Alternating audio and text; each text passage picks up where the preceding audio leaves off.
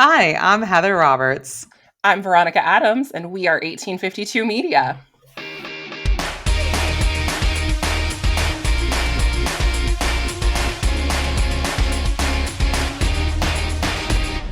Hello, everybody. That was flawless, by the way, that intro. I'm so proud of us. Welcome back to For Book's Sake. We are here today with Sabir Sultan. He is the director of the World Voices Festival and literary programs at PEN America. And we are so excited to have him on here today to talk Yes. about the World Voices Festival specifically. And I'm going to be diving a little bit into some publishing questions with him because he's here and we have him. And of course we can. Most recently, he was the director of events at the Strand Bookstore. And previously, he was an events manager at Barnes and Noble. He has a broad background in managing author and publisher relations. And he went to Bard College and George Mason University. So, welcome, Sabir, to For Book's Sake. Yes, it's lovely to have you. Thank you so much. I'm excited to be here. Well, first, why don't you tell me about your role with PEN America and what is the World Voices Festival? Sure. So I started with Pen America about 3 years ago, almost. I don't know how that much time has passed, but I oversee the Penn World Voices Festival. It was founded 20 years ago in 2004 by Salman Rushdie. It was very much in the wake of 9/11, and this idea was to address U.S. isolationism, to bring in international voices. And I should also say he co-founded it with the translator Esther Allen. And Okay. so there was also an element there of bringing in translated literature to American audiences. What really started in this, the sort of like inside Penn lore, is it was just him calling up all of his friends, being like, come do a festival with me. Like, had the idea one night, and then the like executive director was just sending emails and Salman was calling people. That's And awesome. so yeah, it's fun. Yeah. And so No one says no to someone like Salman Rushdie Yeah. either, right? Like, what an established author. So, you get that phone call and you just like, of course we'll be there. So, yeah, how do you say no? It's like yeah. And actually he's the honorary guest chair of this year's festival, which we're very excited oh, that's about. awesome. That's so cool. So, what does it look like now compared to what it looked like back in those days? Oh, I would say it's become a lot more coherent and like organized in some ways.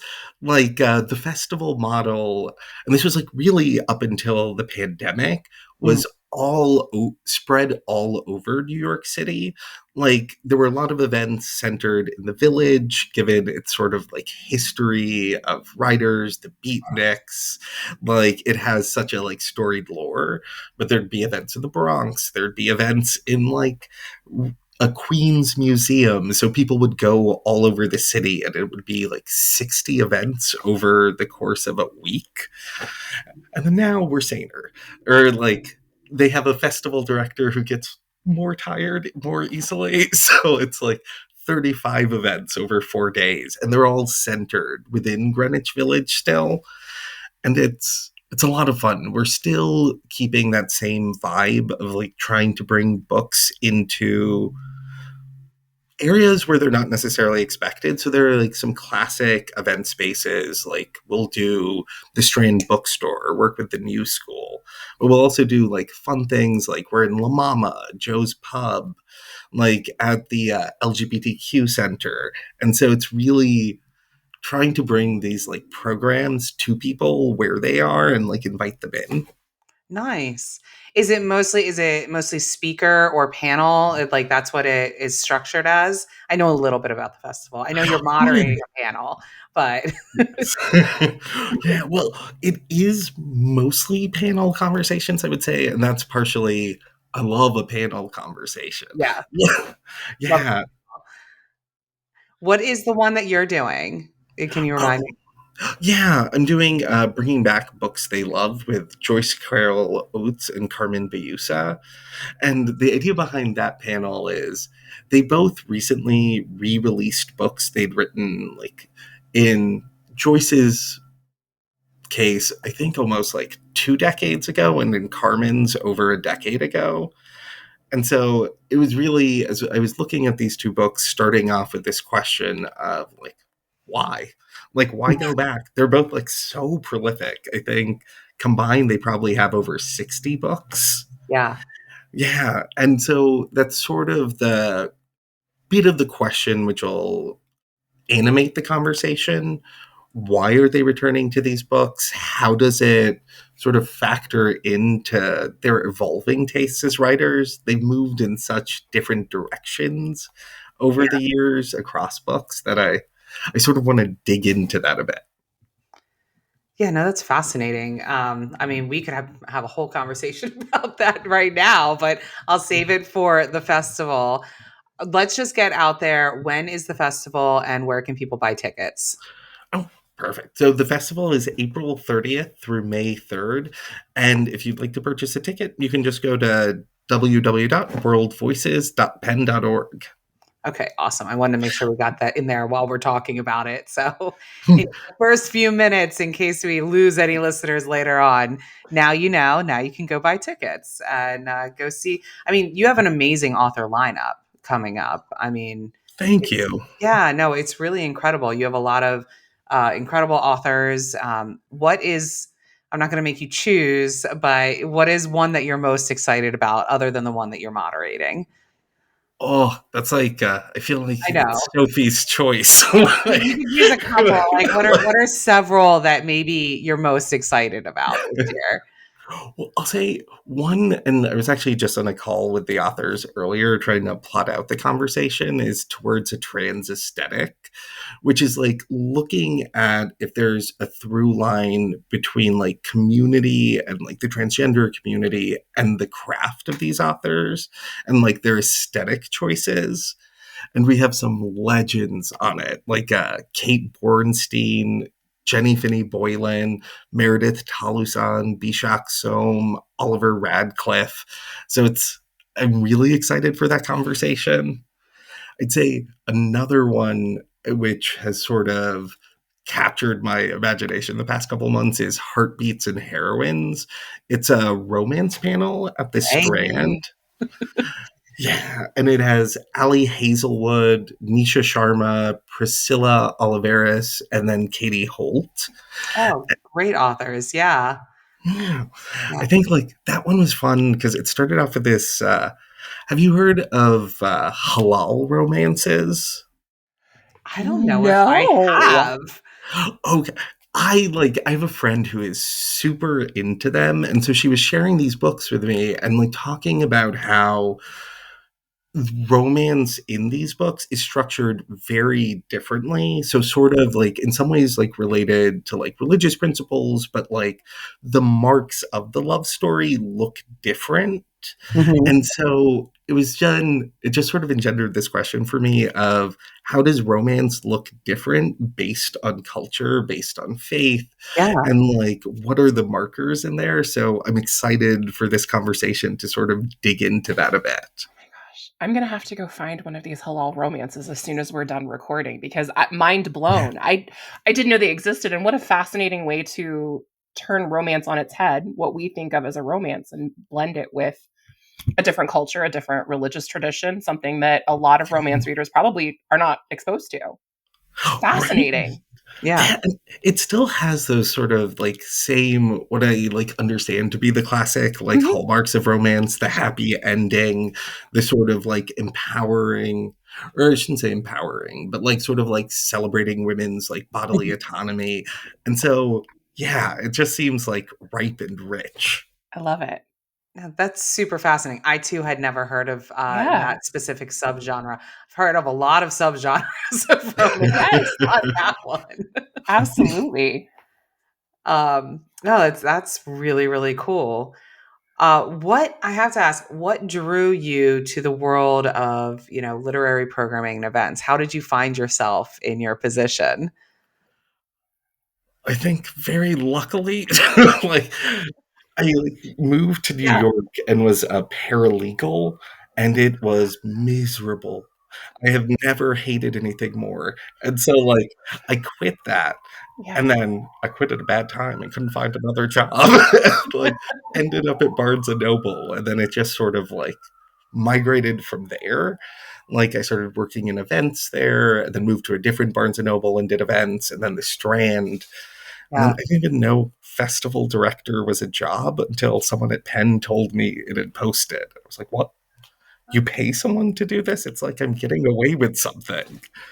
Right? I know. I know. We feel that way a lot though too. It's like we joke that our worst day on with our job is still better than lawyering, like Yes. any Yes. day As lawyering. as disaffected legal professionals ourselves, that is something that we both feel very fortunate to no longer have to be putting up with. Like, Yeah. Yeah, I mean, some of the tasks that we have to do in our current job, we're just like, how is this our job? Like, how is this something that I'm getting paid to do? Like, you Right? know, it's yeah, wild. It's absolutely wild. Getting to talk with amazing people, getting to, chat with incredible authors. Yeah, it doesn't feel like work half the yeah. time, which is, Getting to be surrounded by books, getting to read, Oh, and I any know. job that requires you to read.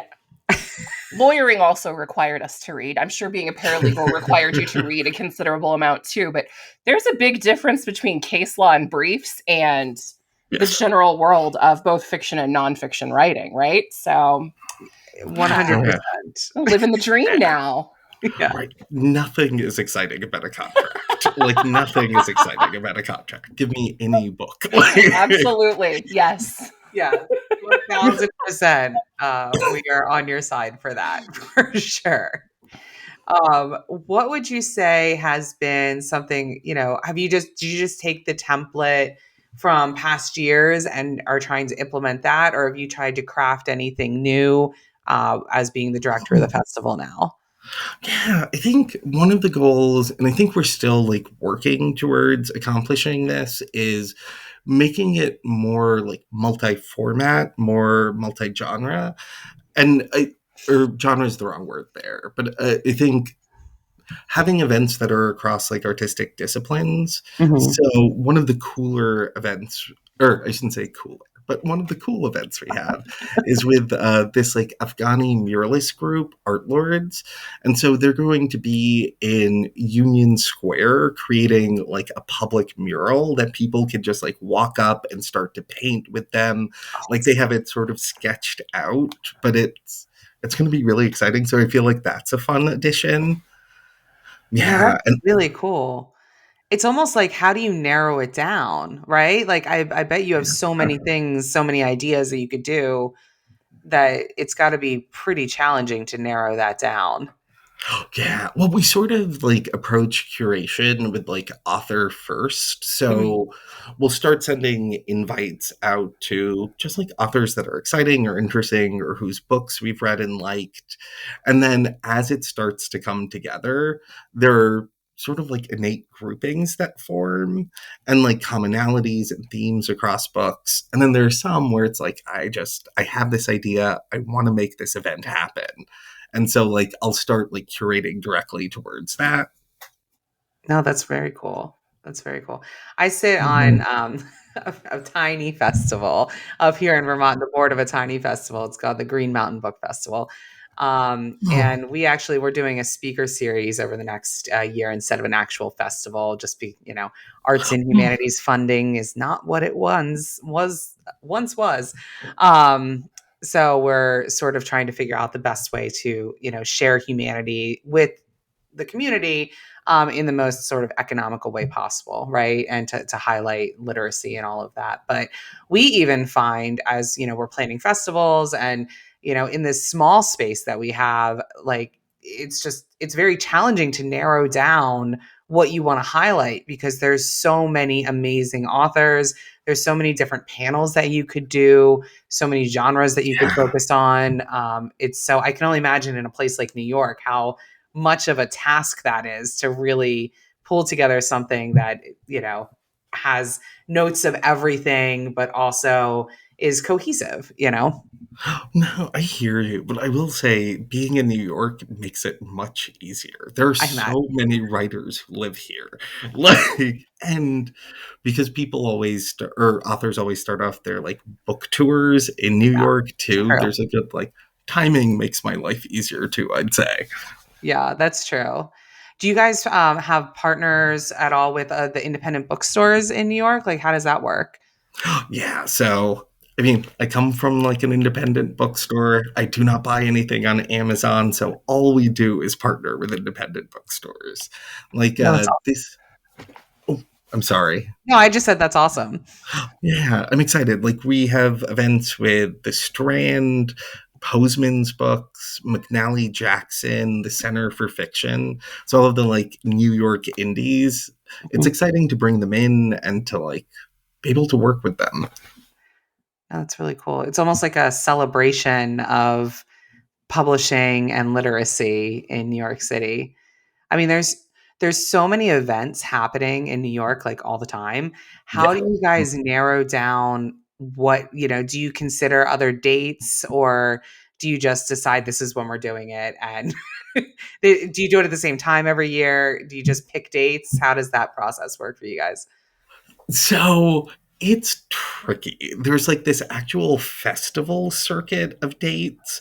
And so normally until this year, we've been typically Mother's Day weekend. So like the Wednesday through Saturday. And then an Australian festival moved its dates. Oh my And there are like three festivals in Australia back to back. So authors will just go on tour to them. And so this year we tried moving a week back and I have regrets. I think that weekend was better. Like it's it's curious since so many writers are teachers and professors, Yeah. this like period of time has meant that like we're running up against a lot of their like final schedules. So I Oh. think it's still an evolving question of like when it'll officially land. But like, oh, the Australian festivals.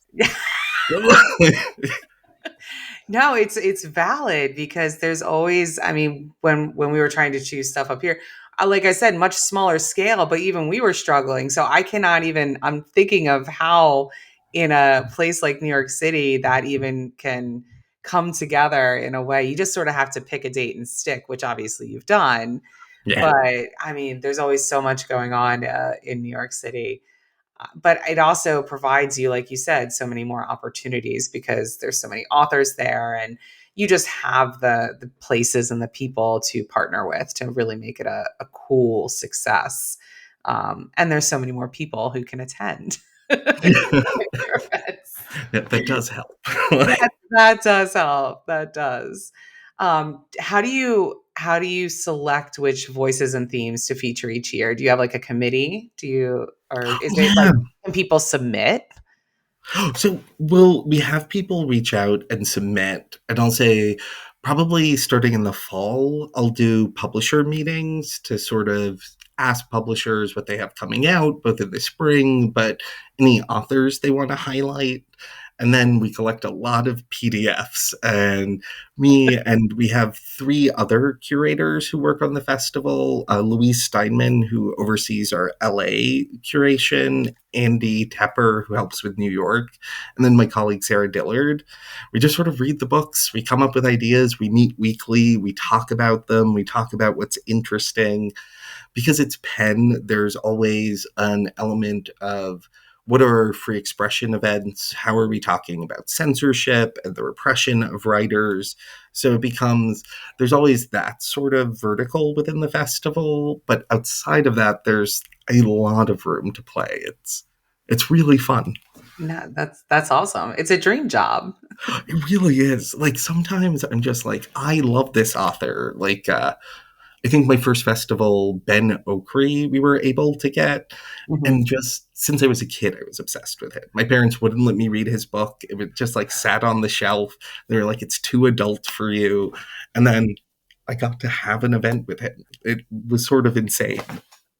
Full circle moment there.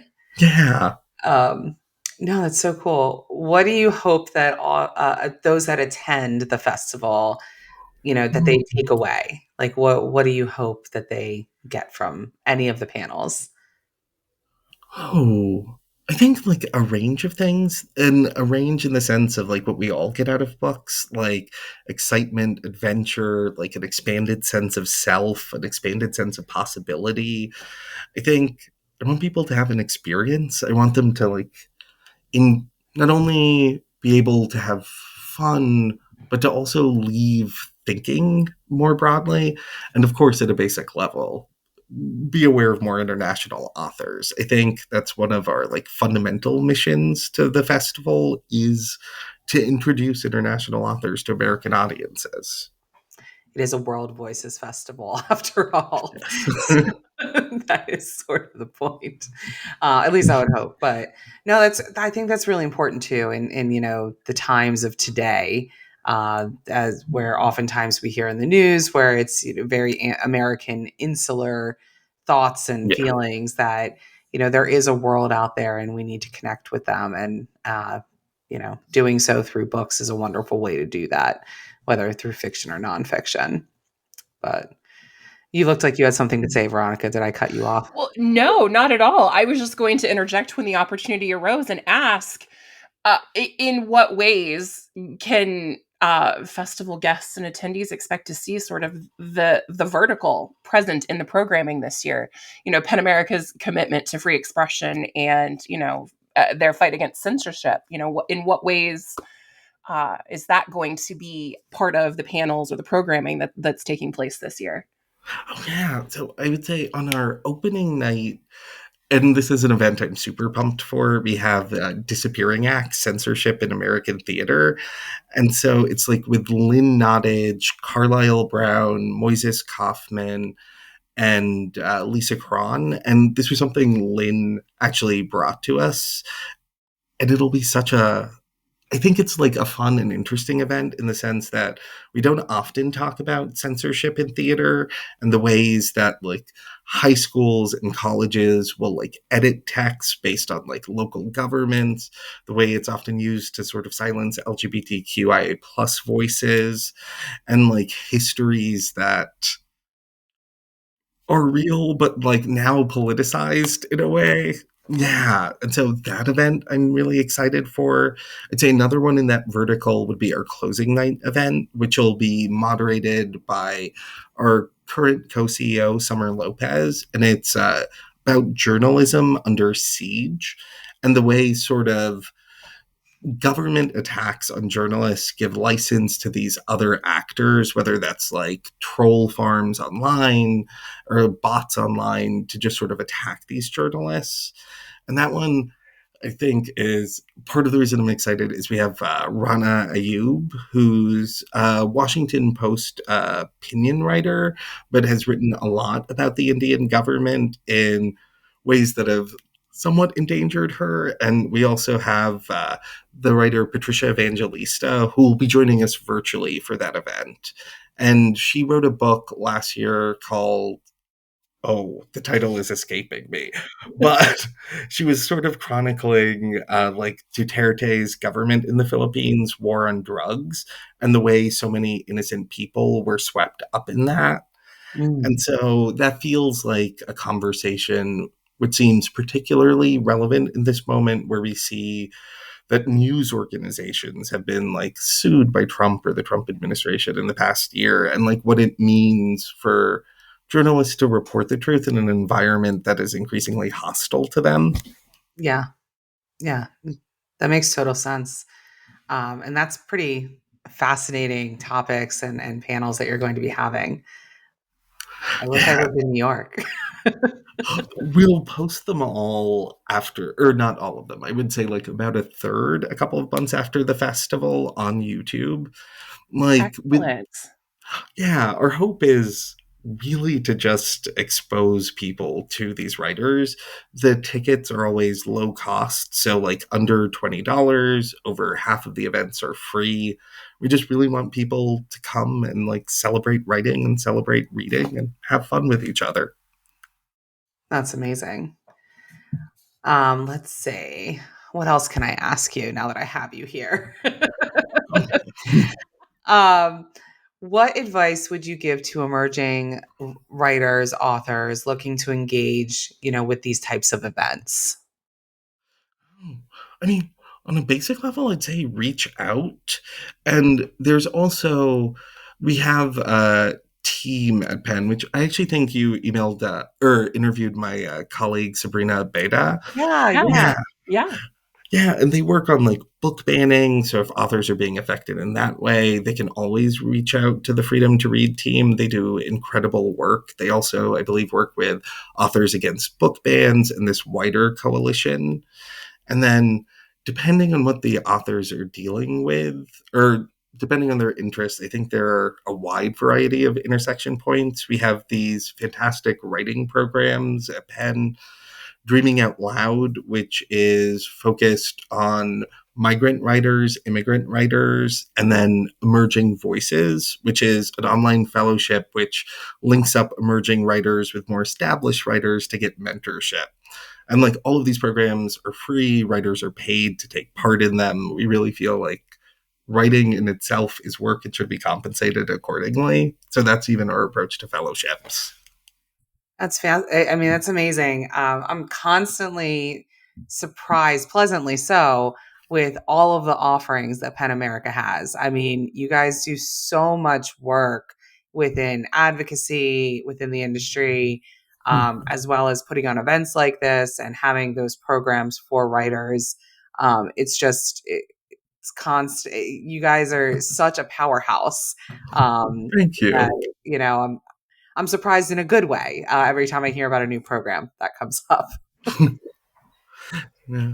There's like this great effect of I get to come into a workplace where I think everyone around me is just doing good, which Yeah, is like nice. I've been in other workplaces, including retail, like so different dynamics. very different dynamic. Oh my gosh. Are there any, let's see, are there any trends in the literary world, publishing or reader engagement, and anything that you can think of that excite you or concern you right now? So this will be a sort of like personal note, but I think Yeah. novels are getting too small. Like everything's like 120 pages, and sometimes I just want to like sink into a book, like spend a weekend just like lost in some tome. Uh, A well written, exciting, fun tome. But This is why you like fantasy, though, because we were talking before the yeah, episode started about our favorite genres, and you mentioned fantasy as one of yours. And that's why it's Yes. the getting lost in. There, you can't do a fantasy in 120 That's pages. right. you The can't world building is 100,000 plus words every time. every time. But that's also the like fun of it. You get to like Yeah. inhabit this entire universe that has been thought of with its own mythologies and magic systems. Yeah. Yeah. Do you find that you're more of a mood reader, or do you read in a different way? I would say when like I'm outside of that like festival reading period, it's so based on impulse. Like I am a book hoarder. These like shelves extend all around my apartment. I will buy books just because I'm like, I'm gonna want to read that one day. And that day Yeah. may be like 3 years later. So yeah, it's very much like I'm just gonna try this, or the universe is telling me. I like dip into like my soothsayer mode and just like feel the universe guide me towards books. I love that. The energy is leading you to this title at this time, and that's just the experience. Yeah, and it's the like right book at the right moment so Mhm. often. Yeah. Well, and people often say that book buying and reading are two completely separate hobbies. And I 1000% agree with that statement because they are. It's true. This is very true. Because sometimes you're just drawn Mhm. to, that book for whatever reason. You just want to hold it and feel it and maybe one day read the content. Oh man. Um what other than fantasy are you super into right now? Oh, poetry. I love poetry. Like, I would say there have been like some great collections I've read this year. Dunya McHale's like Tablets of Clay, and she's actually in the festival at a couple of events, Awesome. which is another thing. When I read a like book I like, I'm just like, how do I get that author? Of course. Yeah, and then Marie Howe, I've been going back and rereading.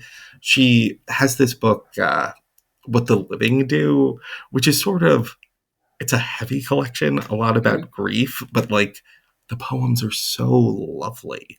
They're just like so well written and so personal and immediate. Like, yeah. So like poetry is also occurring a bunch this year. I love That's that. really cool. Yeah.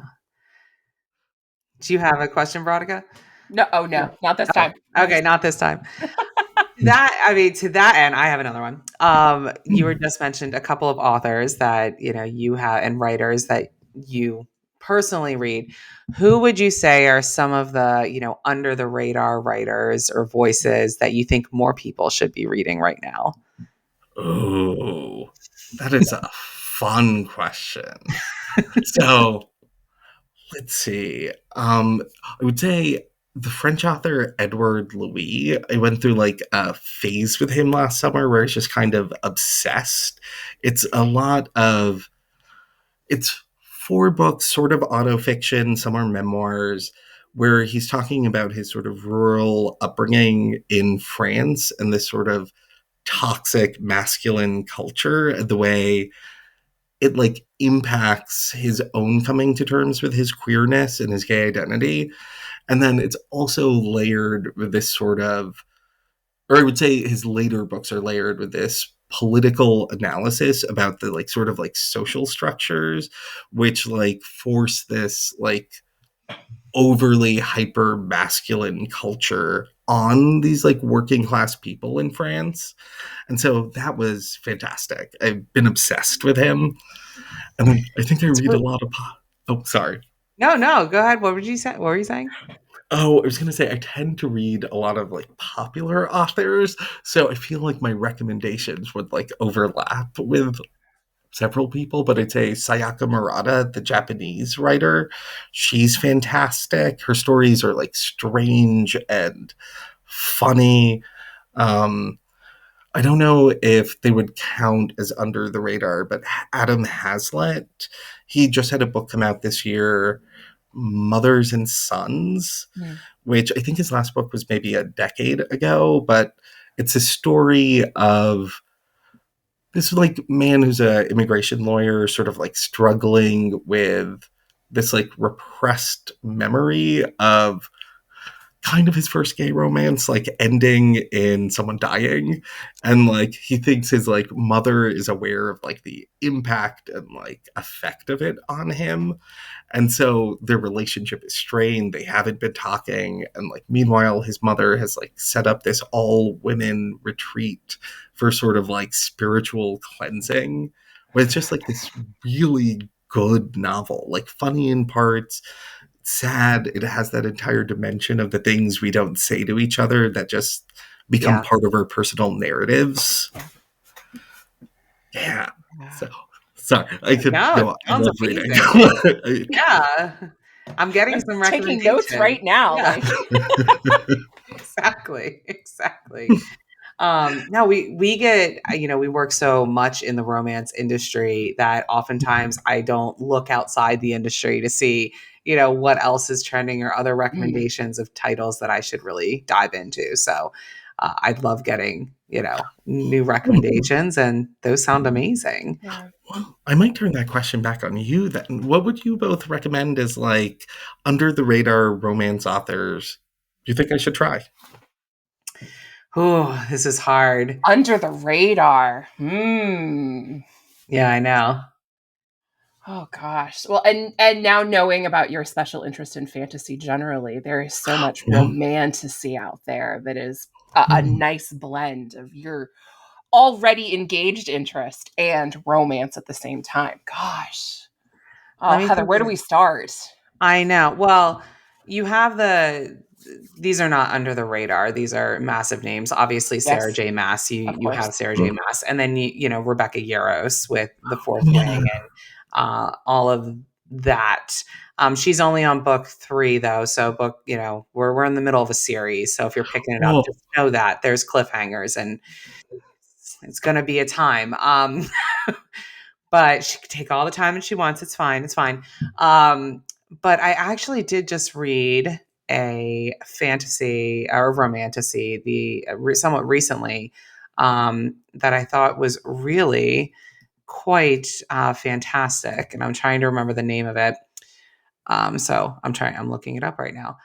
But who else would I say? Jennifer Armentrout. I don't know if you're familiar with her. Also, not really under the radar. She's very popular in romance, but outside of romance, I don't know how much others would know. But she has some incredible series that I think you would really enjoy. One of my favorites. Let's go, Jennifer. Armentrout. I'm trying to remember the name of the first book. I just remember vibes. that And what happened. the story's about, I don't always remember the title, which is not the best, you know, thing. Half Oh, Blood. Half Blood is the first name of the first book. It's the Covenant series, is what it's called.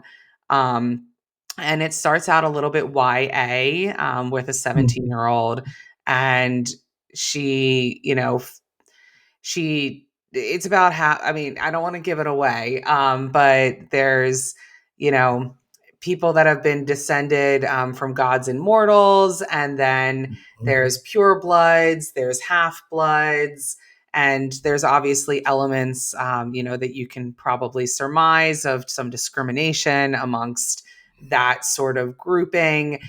People can't, fall in love with the other, kind. And then obviously, or maybe not so obviously, but there is that full blood and half blood do, want to be together, and what does that look like? And then there's additional, powers that are happening about, I don't want to give too much away about, there's push and pull within the politics of the world in which she had built. And obviously the main character takes a large role in that. And it's just, there's a lot of action. So if you like action along with romance, it's not just about the romantic story between the two main characters. That is part of it. It is a romance, but it is specifically also about the world and the politics within the world, and how that's all, going to oh, shake out. One of my favorite series. It's not a new series. It came out in October 2011, but a really, I think, compelling series. oh, I think you've sold me. Half Blood. Jennifer Armentrout. I will remember this. I will pick this up. You should pick it up. It's fantastic.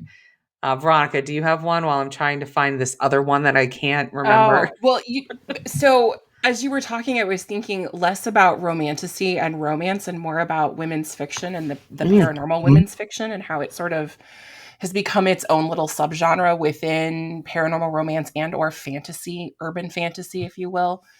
Um, and the concept is just women who hit midlife, and the potential for the romantic story arc sort of ends, right, with their fertility drying up and menopause and all of that stuff, right?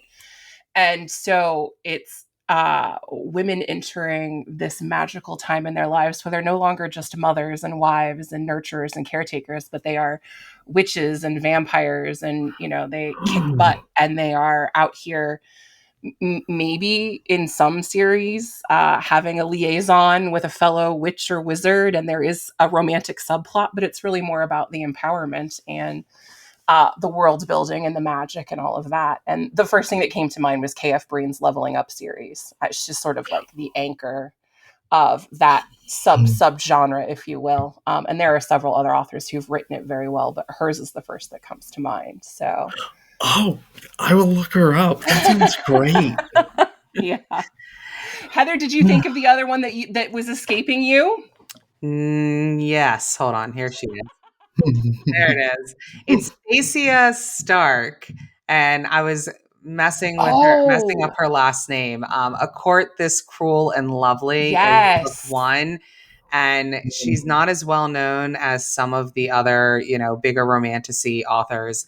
But I was hooked on this series. And this is one that really, every book is very long. So I've already hooked you. Um, and it's really good. There's war involved. There's, you know, I she dreams about a man in her dreams, and then eventually she comes into contact with him without realizing at first that this is the person from her dream. There's a lot of, you know, what you would think in world building and in fantasy. All of those elements are there, with people trying to, it's dystopian in that way, the trying to overturn, right, a terrible government and a terrible system that has been put into Oh, place. And yeah, it's just two unlikely people that get together and fall in love. And it is a slow burn series. At first, they don't really love each other, so enemies to lovers, but then that changes over time. Um, as it does. And it's really, really good. It's got a really strong heroine. She kicks ass, and I was really inspired by her. And I didn't feel, she's not one of those damsel in distress type situations. She's like, I'm just going to do it myself if you're not going to help me. And fun. yeah, it's just really great. So absolutely loved that series. A Court This Cruel and Lovely. I thought about it for a long time after I finished reading it. And obviously, it still sticks in my brain. I just can't always remember the titles of some of these books. It's always the mark of a great read, though, when you stay stuck in the world long after you've closed the book or finished the last page. It stays with you. I love that. Yeah. Yeah. I Oh, would say the one thing about romance that is maybe different than some of the, I don't know, some other genres, but we have books in romance that I like to call mind erasers. And they are just there for entertainment purposes only, right? You're not really going to be presented with any strong opinions or any strong anything. You're there for pure entertainment, and it's just to erase my mind. Just to let me enjoy this story and how it plays out. And I tend to read a lot of those when world is in chaos and crisis. So um, those I'm not necessarily recommending, but I could if that's what you're looking for. I mean, I love it concept wise. Like a mind eraser sounds beautiful. Sometimes you just need to like dip out of the world. Yeah. And it's not like these books are bad. I don't mean to say it like that. They're just not memorable in the sense that you're going to be thinking about them for months and months and months at a time. Yeah, Um, they're not love stories that are also social commentary or political commentary and cultural commentary in any particular way. They're just an escape into the idea of two people who fall in love and live happily ever after in some way. yeah. That sounds So, wonderful. I mean, if we're talking about one of my, favorite authors personal favorite authors, Catherine Cowles, I absolutely love her. She writes amazing small town romantic suspense. And for our listeners, they all know that that is my jam.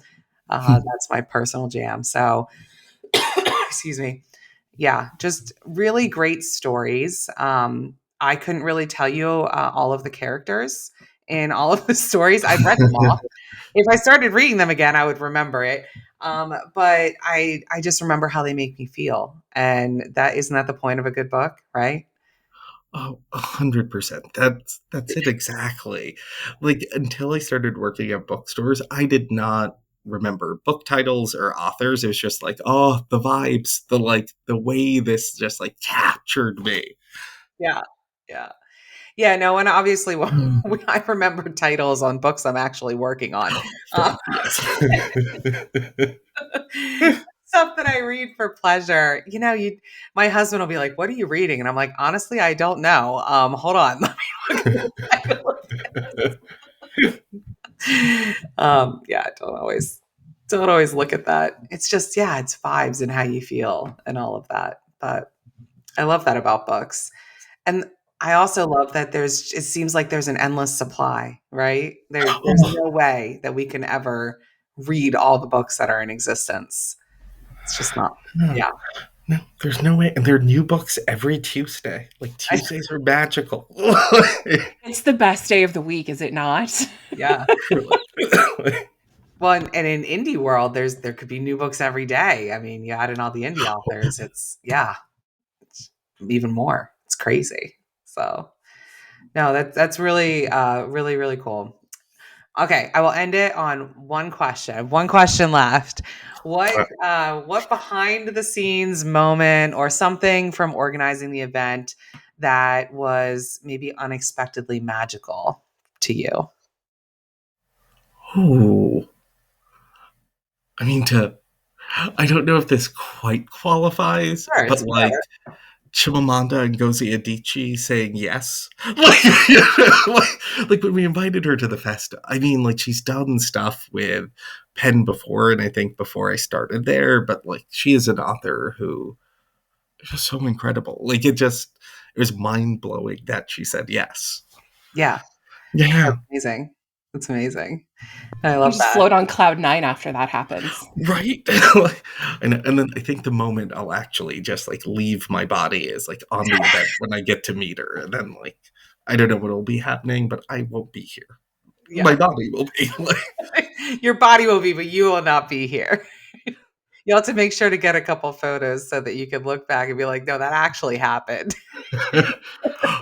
I always get like too self-conscious to take photos with authors. The only exception was like Dorinda Medley from The Real Housewives of New York, if either of you watch, where it was like, I have Yeah. to. Yes. Yeah, yeah. You should have somebody like following behind you taking candids, so that way.